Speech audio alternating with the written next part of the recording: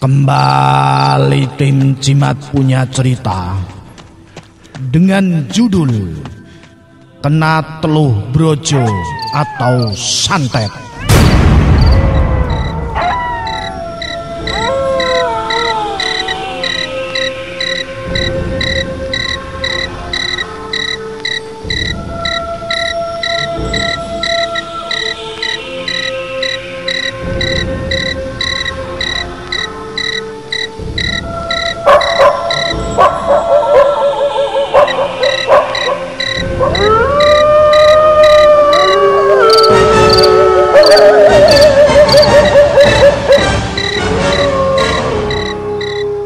Sebut saja namaku Antok.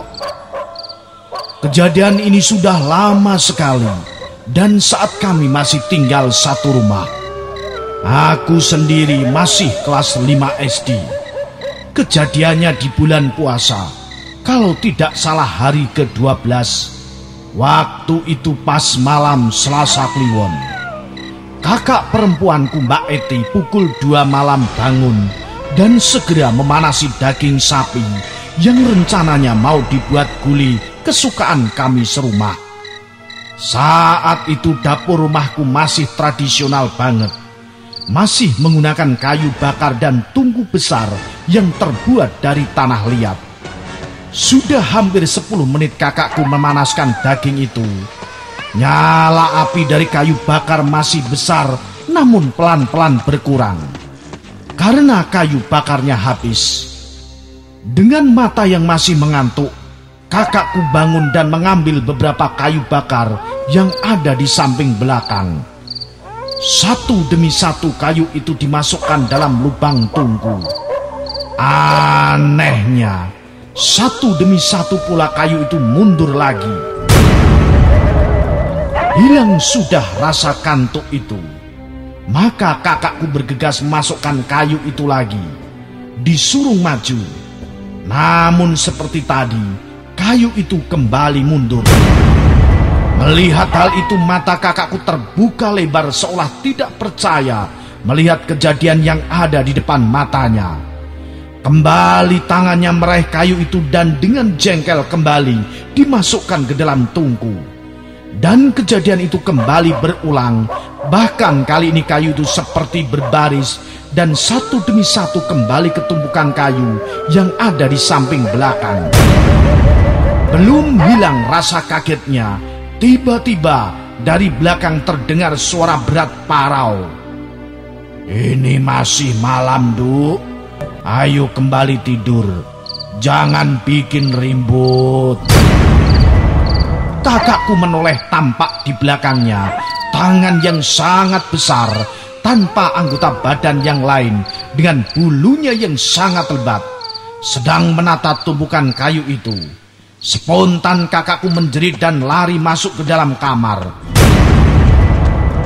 Dengan badan gemetaran panas dingin, kontan saja satu rumah jadi bangun, termasuk ayahku yang dengan gupuh langsung menanyakan apa yang terjadi.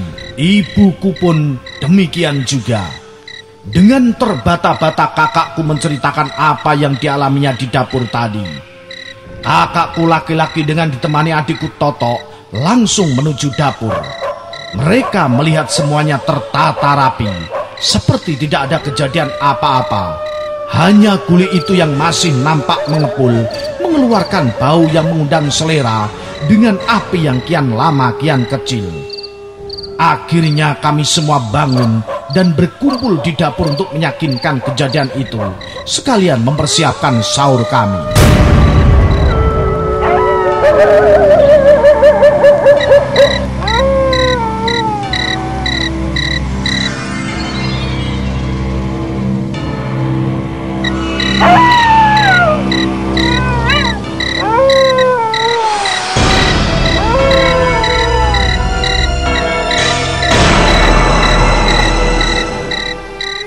Kejadian berikutnya Aku sendiri yang mengalami. Malam itu sehabis sholat tarawih aku merasa kebelit kencing. Biasanya aku meminta bantuan adikku Toto untuk mengantarkan ke belakang. Namun malam itu Toto sudah menghilang entah kemana. Kamar mandi kami memang terletak terpisah dari rumah induk.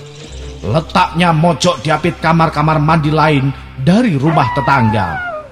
Malam itu bulan tanggal 14 mulai menunjukkan sinarnya, sehingga lingkungan kamar mandi itu jadi agak terang. Aku dengan takut-takut langsung masuk dalam kamar mandi yang hanya diterangi lampu 5 watt itu dan segera melepaskan hajat untuk kencing. Belum tuntas rasanya air kencing itu kukeluarkan, tiba-tiba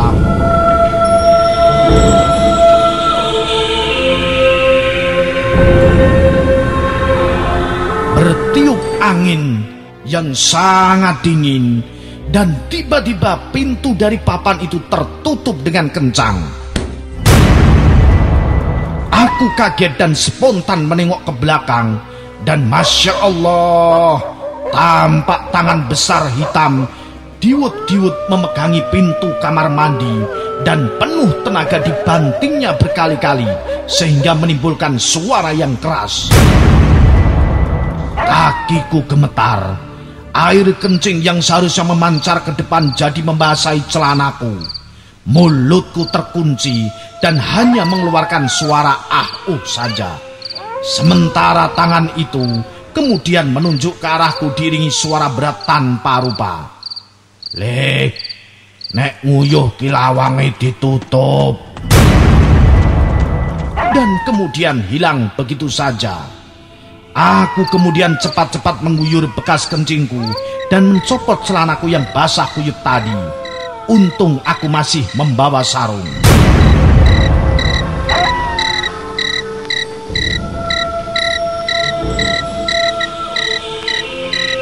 Kejadian yang lain dialami Bude Suroso, pemilik kamar mandi di sebelah rumahku. Karena rasa mulus yang amat sangat, Bude Suroyo bergegas ke kamar mandi.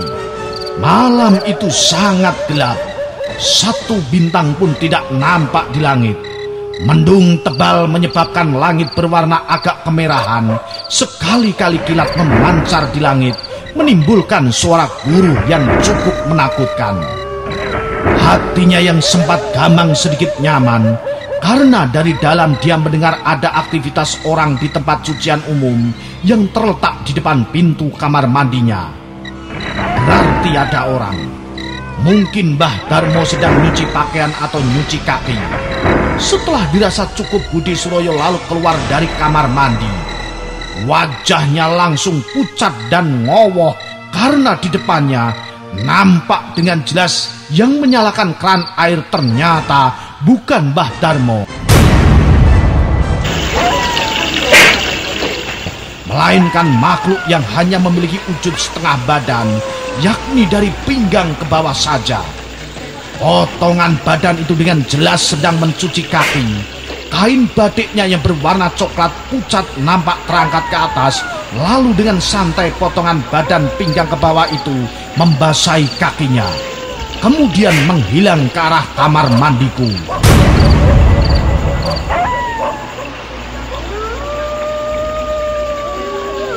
Setelah potongan badan itu hilang, baru Bude Suroyo sadar dan berteriak, "Tolong!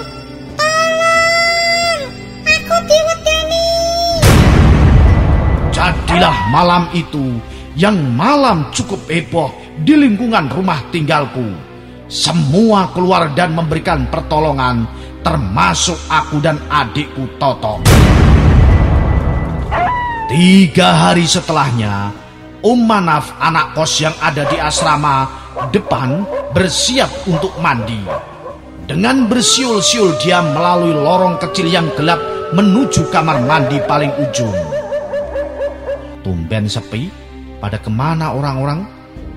Lumayan bisa mandi dan cuci baju sepuasnya. Kalau saja Manaf tahu kejadian 3 hari yang lalu, tentu tidak akan sepede ini.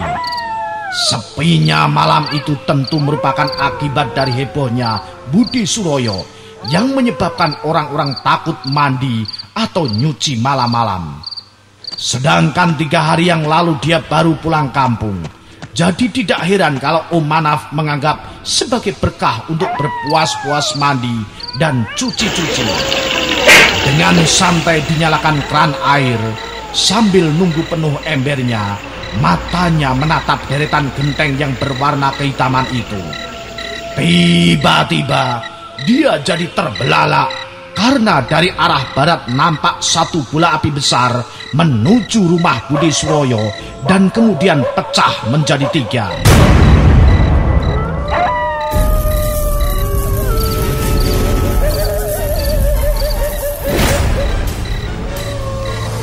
Api itu nampak berputar-putar mengelilingi atap rumah Budi Suroyo dan mengambang kurang lebih 1 meter, kurang lebih 5 menit. Api itu kemudian melesat tinggi dan meluncur ke arahnya. Kontan Om Manaf berteriak panik, "Tolong, ada api, tolong!" Sambil berlari dan mengetuk pintu rumahku keras-keras. Pak Raharjo, tolong Pak, ada api Pak." Bapakku yang sedang mendengarkan siaran langsung pertandingan bulu tangkis Piala Thomas dari radio Belanda spontan langsung berlari membukakan pintu. Melihat pintu terbuka, Om Manaf langsung masuk. Badannya gemetar, keringatnya mengucur deras. Pak, tolong, ada api Pak, katanya sambil memeluk erat tubuh bapakku itu. Mendengar keributan di dapur, Pak Sastro, kakakku Mas Edi dan beberapa orang lainnya langsung menghampiri dan beramai-ramai keluar menuju tempat cuci pakaian yang terletak persis di sebelah rumahku. Dengan mata kepala sendiri mereka melihat api sebesar bola kaki itu berputar-putar di atas rumah Budi Suroyo dan kemudian bles masuk ke dalam rumah. Takut terjadi apa-apa, bapakku ditemani dengan bapak-bapak yang lain langsung mendobrak pintu rumah Budi Suroyo dan masuk ke dalam. Tentu saja keributan itu membuat Budi Suroyo terkaget-kaget. Dek Mani, ada apa ini kok ribut-ribut? Pakai dobrak rumah segalanya, ada apa? Katanya dengan tubuh wel-welan. Bapakku langsung menjelaskan peristiwa bola api tadi dan meminta izin ada apa di dalam. Ternyata tidak ada apa-apa dan api itu hilang begitu saja. Kami akhirnya pulang ke rumah masing-masing.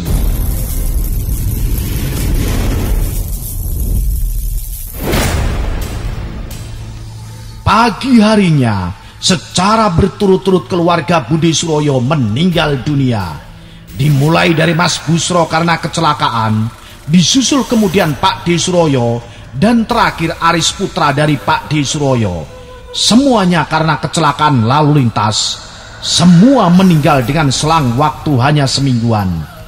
Kami tidak bisa menghubungkan peristiwa itu dengan masuknya bola api tadi, karena bagi kami meninggalnya keluarga Budi Suroyo lebih karena takdir belaka. Namun banyak juga yang menghubungkan kematian beruntun itu dengan teluh brojo, yakni sebuah ilmu gaib yang berhubungan dengan masalah santet. Itulah cerita nyata bersama tim Jimat.